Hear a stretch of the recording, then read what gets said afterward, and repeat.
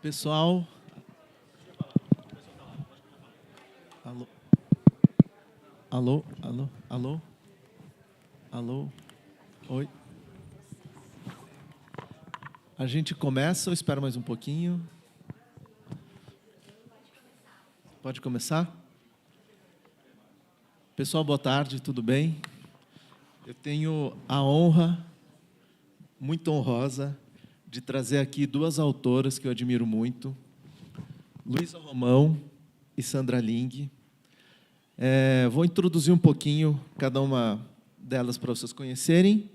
A Luísa, acho que é mais conhecida pela sua obra, que já é uma poeta que já vem publicando há muito tempo.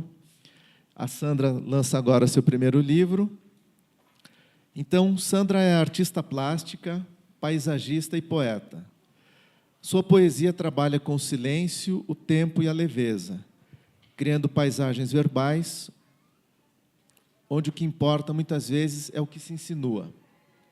A autora do livro Sempre é Outra Superfície escreve com precisão de quem conhece o gesto de cultivar, escutar e transfigurar o vazio em gesto poético. É uma jovem poeta e Luísa Romão, poeta, atriz e performer. A gente lê até mais rápido a biografia da Luísa, né? Mas sua obra Sangria reconta a história do Brasil a partir do corpo feminino e do ciclo menstrual, fundindo política, mitologia e ativismo. Premiada com o Jabuti Livro do Ano de 2022, com o livro Pedras, conhecemos como Pedras. Escreve com o corpo, com a voz e com o desejo de insubmissão. É uma das vozes mais potentes da nova poesia brasileira. Então, senhoras e senhores, Luísa e Sandra Ling.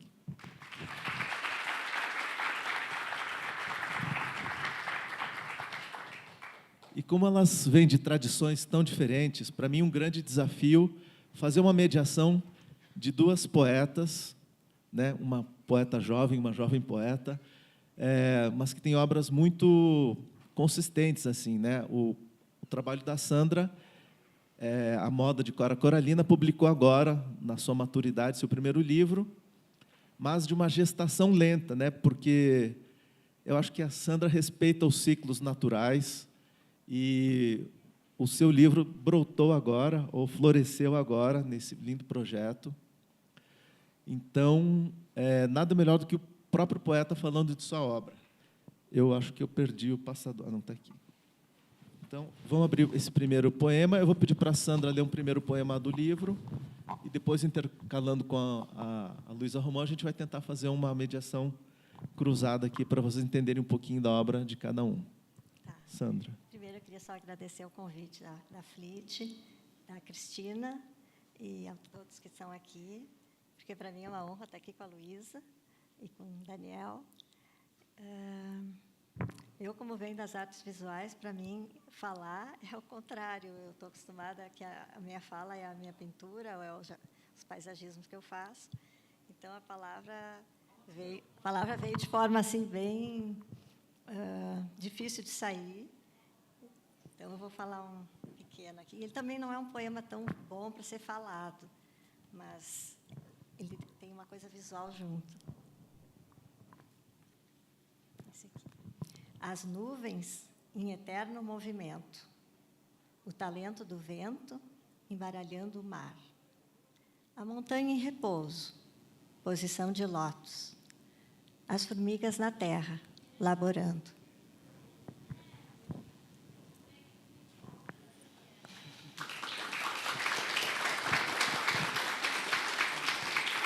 Nada mais interessante você ouvir a própria voz da poeta no seu... Você não precisa de papel, né, Luiz?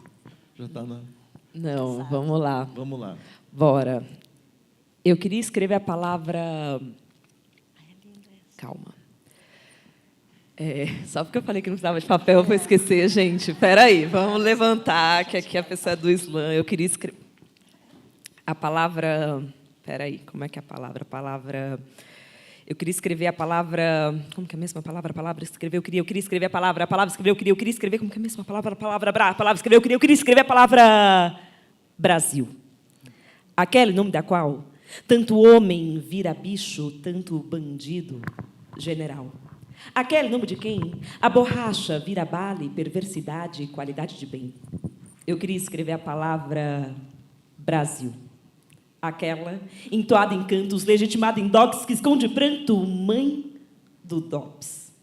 Eu queria escrever a palavra Brasil. Mas a caneta, num ato de legítima revolta, como quem se esquece de escrever sempre a mesma trajetória, me disse: para e volta. Volta para o começo da frase, para o começo do livro, para o começo da história, volta para Cabral, as Cruzes Lusitanas, chegando e se pergunta: da onde vem esse nome? Palavra, mercadoria. Brasil.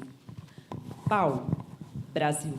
O pau branco, cisgênero, enfiado à torta e à direita, o suposto direito de violar mulheres, o pau a pique, o pau de arara, o pau de sebo, o pau de selfie, o pau de fogo, o pau de fita, o pau patriarcal, face e orgulho nacional. A colonização começou pelo útero. Matas virgens, virgens mortas. A colonização foi um estupro. Deodoro metendo a espada entre as pernas de uma princesa Babel. Pedro ejaculando Sidom precoce, Costa e Silva gemendo 5 vezes. Ai, ai, ai, ai, ai. Aí 5. Getúlio, Jânio, Geisel, Juscelino. A ordem parte da cabeça do membro ereto de quem é a favor da redução mais bebida num feto é o pau. Brasil multiplicado 33 vezes. Enfiado numa só garota. Eu olho para a caneta e tenho certeza. Não escreverei mais o nome deste país enquanto estupro for prática diária. E o ideal de mulher, a mãe gentil.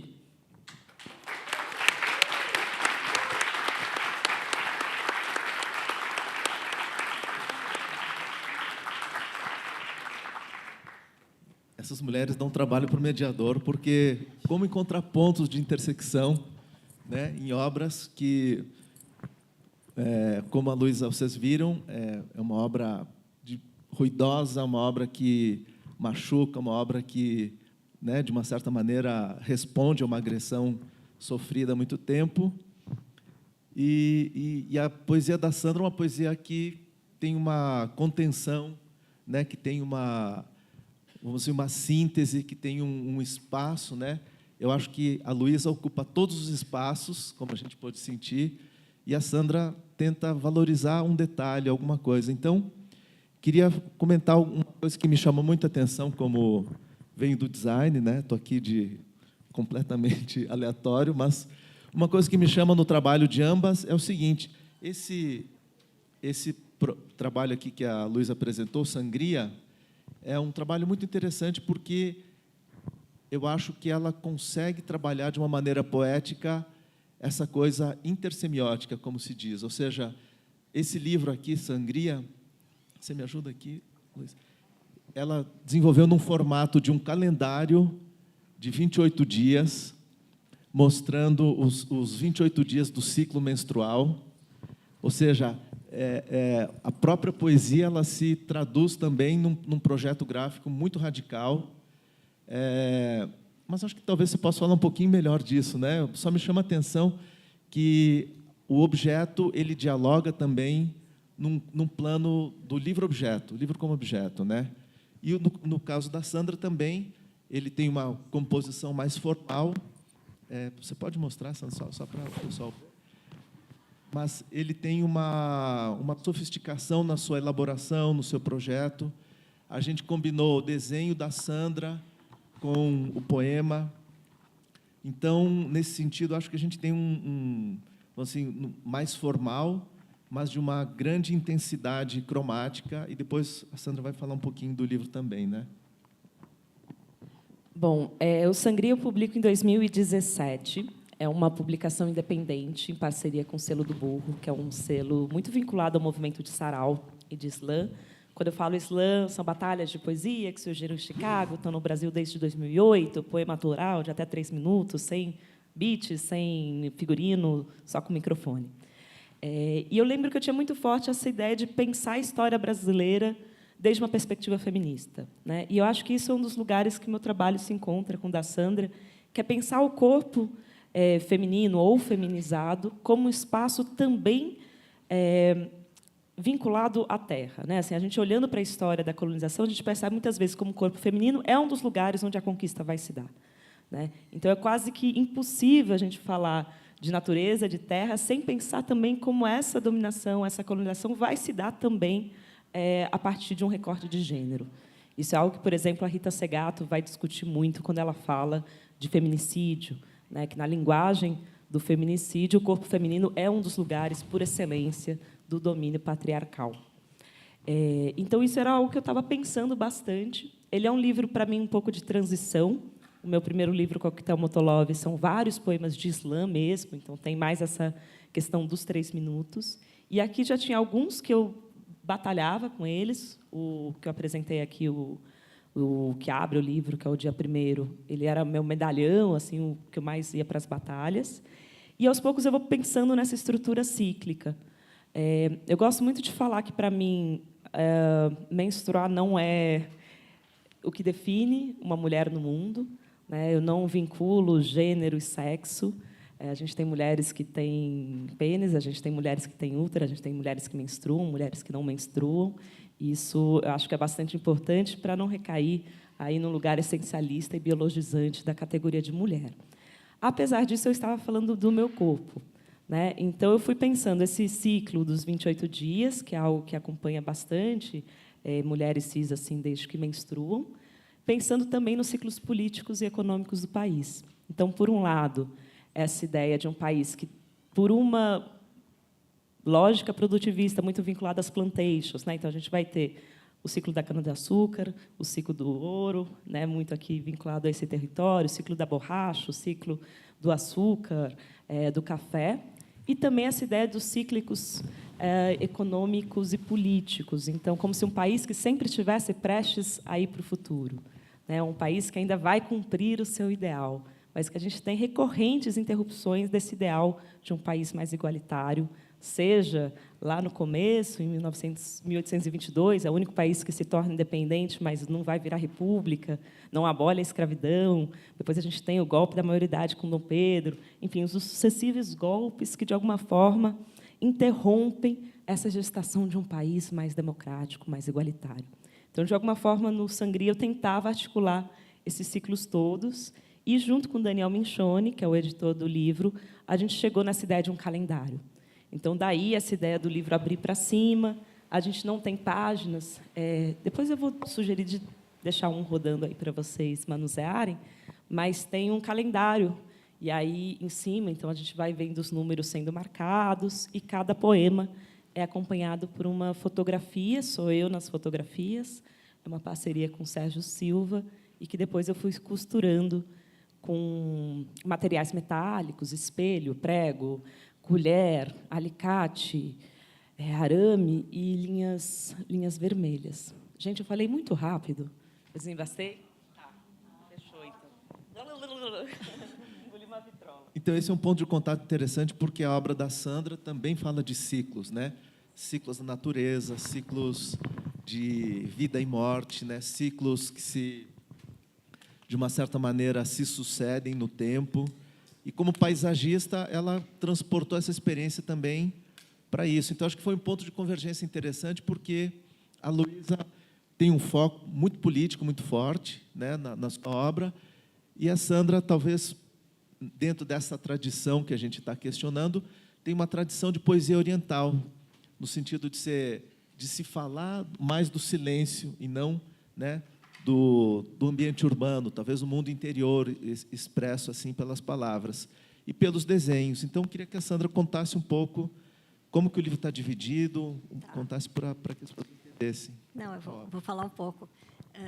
Na verdade, tudo que está aqui sou eu, vamos dizer, porque eu fui casada com um oriental, 43 anos, desde os 13 anos a gente começou a namorar, então a minha vida foi toda ela com contato com o Oriente, desde a pintura, pensamentos, e isso ficou muito impregnado em mim. Então, o que sai daqui de mim é o que sou, o que eu vivi mesmo.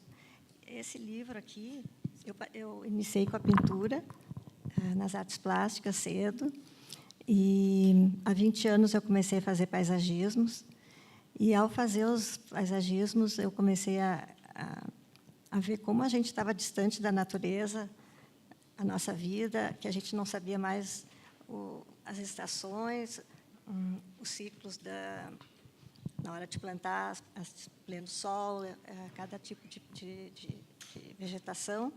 Como eu tive que me ligar muito mais em tudo isso que faz parte, que a gente diferencia assim, a gente, a natureza. Mas eu queria que isso fosse como uma coisa só. Tanto que como se fosse assim uma pele, uma coisa que ficasse entre que não dividisse a gente e a natureza. A gente é aquilo, é um bicho. Eu, por exemplo, esse livro, deixa eu tomar uma língua assim. Esse livro é coincidência, mas ela falou no livro Sangria. E esse livro, os desenhos todos que tem aqui, foi quando eu tirei o útero. Eu fui para casa, 2 dias depois, fui levantar da cama e uma hemorragia gigante, tive que levar para o hospital. Aí, quando eu voltei no hospital, o médico me disse, tu não pinta agora, fica em casa. E eu pensei, bom, vou desenhar. Então, os primeiros desenhos foram saindo assim bem clarinhos, que eu tinha muito medo de fazer alguma coisa que pudesse, de novo, estourar algum ponto, alguma coisa. Então, eu deixei no livro assim. Tem os desenhos que saíram com pouca força, e depois tem uns que são bem fortes, que eu já estava me sentindo recuperada. E eu acho que esse livro aqui também mostra muito. Eu sou de outra geração, ela é mais moça que meus filhos. E já sou avó, tudo, vou quase 68 anos. Mas eu vejo que, como eu fui criada, meu pai era da campanha, em Livramento, e a criação antiga ainda. Eu acho que eu fui a última daquele tipo antigo, quase igual a Ana Maria. Mas eu vejo como, para mim, mesmo colocar um poema assim para fora foi difícil. Eu admiro assim a Luísa muito, porque eu fui do tipo mais obediente, cumprindo as coisas, e faz 3 anos apenas que eu me separei, e que eu vejo que eu entrei, de fato, como pessoa, porque todas as minhas exposições, meus trabalhos, sempre foram feitos nos intervalos, assim, eu sempre correndo para dar conta de tudo, né? E agora é a primeira vez que eu estou assim entregue ao paisagismo, que é o que eu faço mais, a minha leitura, meus poemas, tanto que meus primeiros poemas eles eram desde os 30 e poucos, assim, comecei. Não escrevi cedo, sempre desenhei ou pintei ou dança. E, então eu lembro que os meus primeiros poemas eram assim confessionais, são tudo coisas guardadas. E essa série aqui eu chamo série porque, por causa da pintura, eu tenho já o jeito de falar sempre em série. E essa série, ela foi acontecendo toda, eu indo de manhã cedo, ou de tardezinha, ou num dia de nevoeiro, indo fazer os jardins assim, e prestando atenção, muita atenção no movimento da terra, em tudo, no movimento. Tanto que eu uso muitas palavras aqui, eu uso muito as palavras movimento, eu uso muito a palavra entre, que eu acho assim a fenda. Tem um poema do Leonard Cohen que ele fala, there is a crack in every, e dali daquela tem uma fenda em tudo, é dali que entra a luz.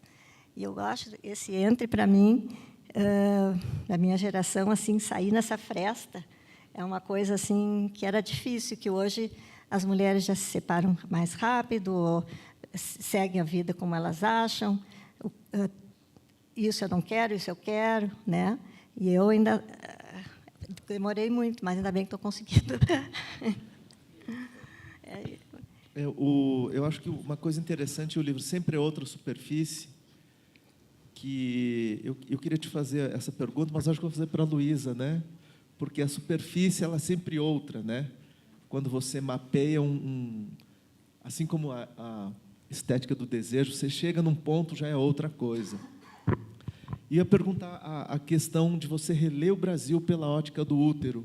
O que te levou a chegar nessa... Obviamente, o teu poema fala, mas eu queria te ouvir na tua fala. Como que você chegou nisso?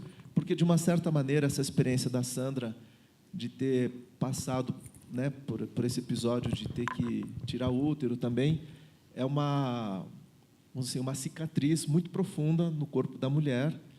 E, de uma certa maneira, quando você fala o teu poema, você estava simbolizando esse corpo feminino, né? O que te levou a reler esse corpo pela ótica do útero? Acho que o que me levou, gente, é que a gente está num país que ainda tem um dos maiores índices de feminicídio do mundo, né? Assim, infelizmente, a cultura do estupro continua fazendo vítimas horas a horas, né? A gente ainda tem muita desigualdade de gênero, o aborto ainda não é descriminalizado nesse país, então acho que o que não falta é motivações. No caso específico do Sangria, foi um poema que eu criei depois daquele caso de estupro coletivo dos 33 caras contra uma jovem, né? Então era um poema que eu já vinha de certa forma pensando aí muito numa associação mais sonora do que qualquer outra coisa, mas essa ideia do ai, ai, ai, ai, ai, 5, né, que de alguma forma para mim fazia essa ideia de uma história cíclica, né, de uma repetição da história brasileira desde essa invasão portuguesa.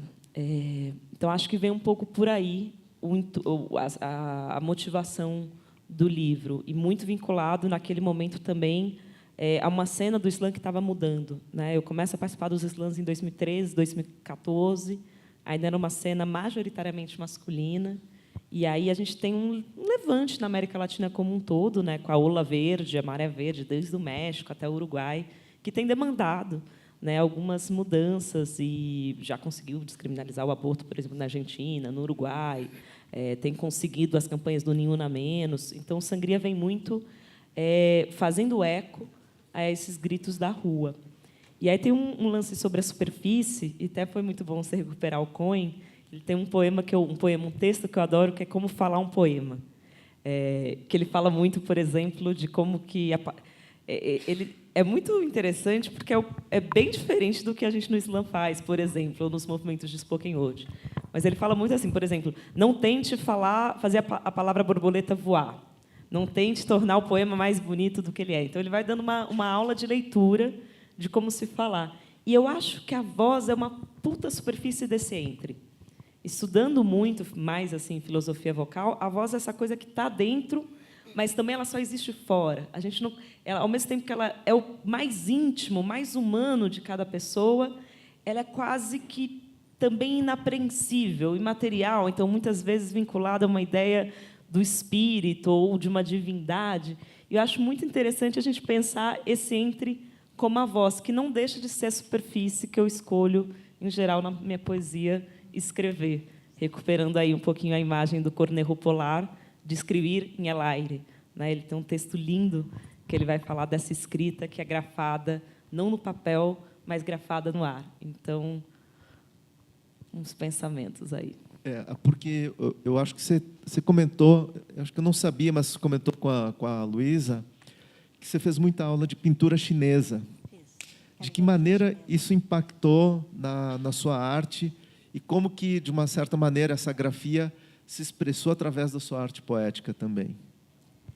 Não, a pintura, a caligrafia chinesa é a base da pintura chinesa. Que tudo acontece num traço só, não tem como voltar, como na vida. Aquele tempo passou. Fala então, mais no microfone. Cada vez para desenhar qualquer coisa, seja lá uma árvore, uma folha, é tudo uma pincelada. Uma pincelada é a folha. A gente aqui aprende a fazer o contorno, pintar, ou colocar camadas. Eles fazem tudo direto, deixando alguns brancos. Isso me influenciou muito na pintura. Nesse livro aqui, o branco, eu disse para o Daniel, eu queria que o livro fosse branco, porque esse livro foi todo feito de pausas. Eu acho que a mulher, não só eu, mas todas, a gente, para ter os filhos, os partos, eu tive câncer também na pandemia, tirei um rim. Então, esse livro foi todo montado, eu tinha poemas antigos, mas ali eu escrevi mais, porque eu estava numa pausa, numa coisa vazia, vamos dizer, ali quieta, para... Eu tenho um poema aqui que fala do vazio e do cheio. Então, tudo saiu assim dessa forma arrancada, mas num período que eu estou em espera. E isso eu comparo sempre muito com... Tudo, para mim, é em relação com a natureza. Eu vejo as árvores. Eu fiz o meu jardim vai fazer 20 anos, E eu plantei as árvores pequenas e agora elas estão gigantes, e eu vejo no outono que eu fiz de uma maneira que cada estação fica muito diferente. Por causa do sul, a gente tem as 4 estações, então eu tirei partido, inclusive, das cores das árvores, tudo. Quando eu vejo assim que no inverno cai tudo, que elas, de fato, não têm como sobreviver aguentando as folhas todas pelo pouco sol, então eu vejo como a gente, mulher, também se recolhe tantas vezes, não só em parto, mas em fala, cuidando de outros. A gente faz pausas enormes para cuidar de criar um filho, depois cuidar de mãe, cuidar de tudo. Eu já passei pelas... Minha mãe faleceu agora há pouco, então eu também já tive até essa terceira fase de largar tudo e ficar também no cuidado. Então esse livro aqui, eu quis que ele fosse... Eu sou bem sintética e eu tento sempre tirar e deixar assim pouco no sentido de essência mesmo, porque não é para bonito, não é para feio, não é para ser... eu gosto do pouco, eu acho que é uma maneira minha de ser, né? Eu vejo assim que, de uma certa maneira, no seu corpo, nessa metonímia, a Luísa faz uma metáfora disso, né? Ou seja, você viveu no teu próprio corpo todas essas experiências de perda, de ruptura, né? Perda de um filho também, tanta coisa. De ausência. Como muita mulher, né? E nesse livro Sangria, a Luísa faz um retrato poético tão bonito, né? Tão duro, mas também tem sua beleza, né? Por ter essa estética. E por atravessar o livro, ou seja, você vê depois isso se transformando num projeto audiovisual no YouTube, você vê a Luísa fazendo todo um percurso com esse livro. E eu queria saber, dentro do movimento feminista, como que ele foi recebido e como que retorno que você teve das feministas que leram esse livro. Acho que foi muito positivo. É muito difícil, né, a gente falar do retorno da própria obra. Vamos lá.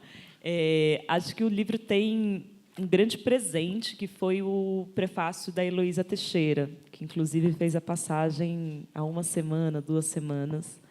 Eu acho que é sempre bom a gente, de certa forma, honrar a memória, evocar essas mulheres que chegaram, né, e que abriram muito caminho para a gente estar aqui hoje. Então, eu acho que a Elo foi uma referência, seja no trabalho dela como pesquisadora na Universidade das Quebradas, seja nas antologias que ela organizou, e sempre muito também botando pilha nas autoras jovens, nas poetas, depois, né, com a antologia que ela fez algum tempo atrás, também pensando essa geração de poetas jovens que estão escrevendo e publicando no Brasil hoje. E ela fez esse prefácio que foi muito assim precioso e, de certa forma, eu acho que dá também isso assim, né, historiciza que a luta das mulheres nesse país, nesse continente, né, é muito antiga.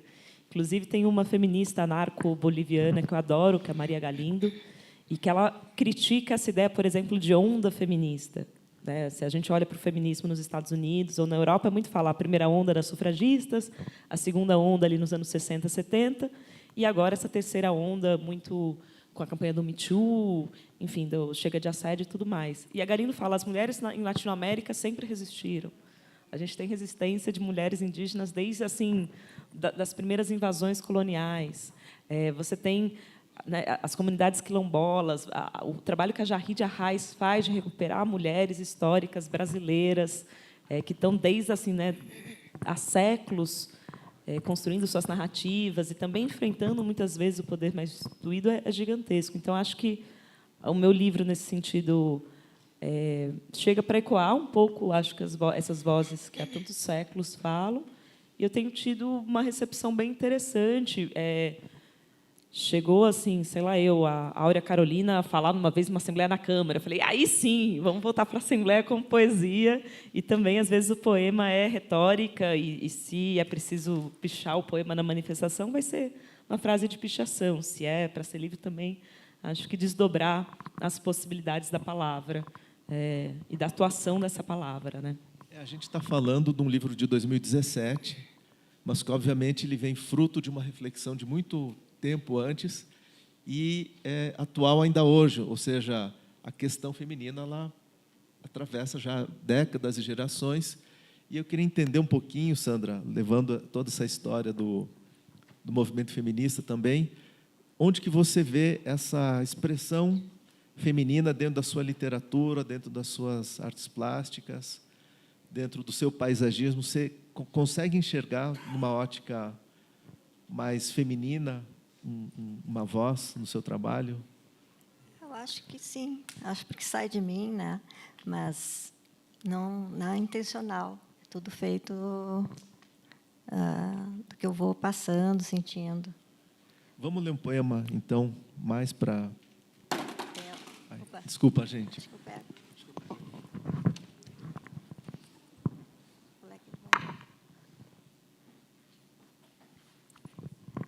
Não marquei. Deixa eu olhar aqui mesmo. Vasos abandonados, comidos de um musgo verde claro, cintilante. O velho quintal, de minúsculas lembranças. A flor de sal da infância. Eu disse para o Daniel, coloca o poema do quintal, do pátio, porque saiu tudo de lá. E é verdade. Eu cresci numa casa cheia de... os pais eram dentistas, não tinha quase livro, mas a gente tinha um pátio cheio de árvores frutíferas. E a minha mãe conta que desde os 8, 9 anos eu já plantava, fazia canteiros. Então, eu fiz questão de de ter alguma coisa desse pátio, porque acho que tudo marca tanto a gente, a infância, e tantas foram boas, tantas foram ruins. Eu acho que a minha me segurou muito na parte emocional, por eu ter tido todas essas... A minha mãe pintava, então eu fui desde cedo colocada a pintura e a dança, mas eu acho que isso tudo deu uma base para todas as outras adversidades que eu passei, assim como eu, tantas mulheres, né? Nesse sentido, sim. E eu te perguntar uma coisa, você usava muitas pedras nos seus jardins? Eu uso mais para contenção. Para contenção? Uhum. E contenção, terrenos que eu preciso conter, bordas. Porque eu acho que pedras é uma coisa que não dá para não se falar de Luísa Romão falando de pedras, né? Então, até pediria, a gente está quase encerrando, não sei se abro para perguntas antes e depois a Luísa fecha, né? Não sei se o público tem alguma pergunta.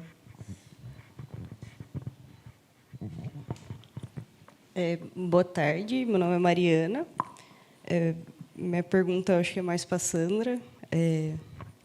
Primeiramente, sinto muito por tudo que aconteceu. Eu acho que já é muito difícil a gente ser mulher, que eu acho que quando acontece alguma coisa com a gente, acho que a primeira coisa já é difícil, ainda mais difícil porque eu sou mulher, porque vai vir uma culpa antes. Então, não é só aconteceu isso, aconteceu porque é alguma coisa, que é o que a gente vem, né, sentindo há muito tempo. A Luísa ela traz muito o poema como essa forma de resistência e da mulher, né, conseguir e se expor, né, colocar tudo para fora. Você sente que todo esse seu processo de pintura, por todas as coisas que te aconteceram, foi muito útil para você já conseguir ter essa resistência e força e falar, opa, eu consigo sim, eu consigo sair daqui para qualquer lugar. Sim, eu acho que é até um clichê eu dizer que a arte salva, mas para mim foi totalmente, porque sempre me refugiei na pintura, no jardim. Mesmo agora, por exemplo, eu não estou acostumada a falar. Eu estava assistindo aqui, me deu uma ansiedadezinha, eu fui ali para o jardim e já fiquei bem. Assim, coisas que eu vejo que eu preciso, faz parte do meu equilíbrio, botar o pé no chão mesmo e tá. É isso aí.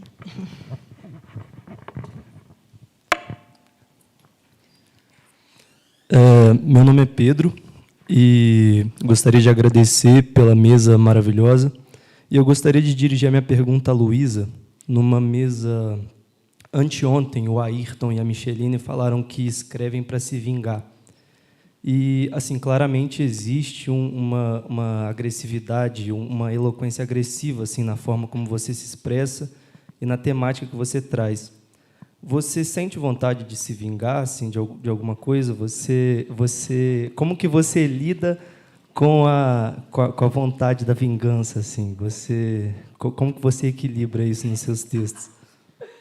Gente, eu juro que eu sou muito fofa, tá? É só a pose que é de brava. Mas nisso eu vou responder com Drummond. Meu ódio é o melhor de mim.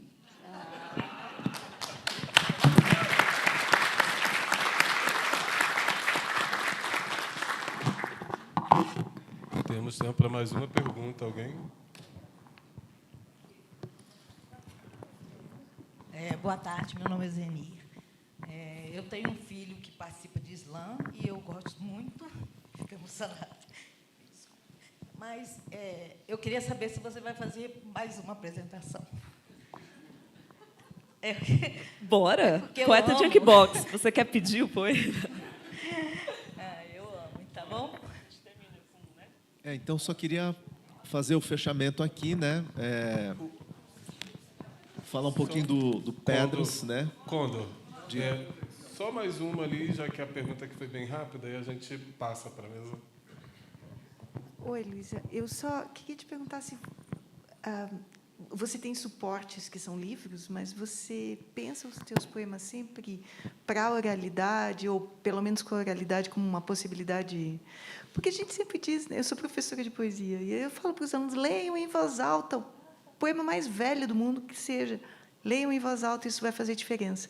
Queria saber como é que isso funciona para você como escritora. Total. Eu crio falando. Essa é a real. Assim, e não só poesia, gente. A minha dissertação de mestrado, eu falava ela inteirinha. Eu falava brigando com o teclado. Era... Porque, segundo Derrida, porque eu acho que, de fato, a voz, para mim, é o motor do ritmo, da frase, de tudo. E, muitas vezes, eu vou para o papel mais para registrar algo que eu já, inclusive, decorei primeiro, sabe? E ando muito falando, tomando banho, criando, sabe assim, essas coisas de ficar falando em voz alta. E aí, para mim, é um pouco indissociável pensar o livro e já junto uma performance, ou pensar o videopoema junto com o livro, porque é como se eu fosse entendendo qual que é o melhor suporte de cada projeto, assim. Então, é um pouco indissociável a fala durante o processo criativo, sabe? Então, só para fechar a minha mediação aqui da construção que eu fiz, as pedras estão também no mundo feminino, né? Para conter, para sustentar e também para atirar, né? E eu convido vocês a escutar, então, o grande poema. O grande poema. A grande pedrada. O grande poema, se preparem. Brincadeira, vamos lá. Para Andrômaca, que é a minha personagem preferida da Odisseia. Da Odisseia não, gente, da Ilíada, olha eu. Vamos lá. Eu não conheci Troia. Ruínas a mais, ruínas a menos. Também guardamos pedras aqui, do outro lado do oceano. Tudo o que eu aprendi foi nesse alfabeto moderno. Eis o momento apoteótico, minha obsessão. Nossos despojos é Troia. Minhas amigas encurraladas na mesa do chefe é Troia.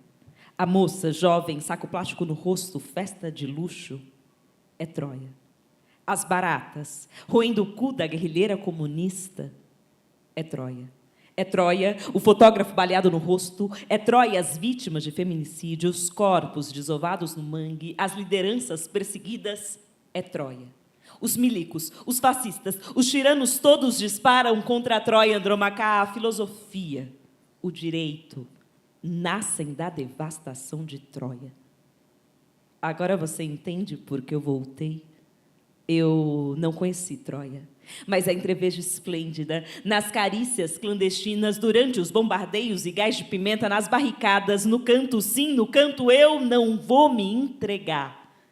Você grita, eu repito através dos séculos, minha irmã, não há poemas para você. nenhuma linha sobre Cibele. Quando perdemos o tino, quando virou espetáculo, maldita literatura e seu panteão de vitórias. Me abraça forte. A explosão está próxima. Ela há de vir.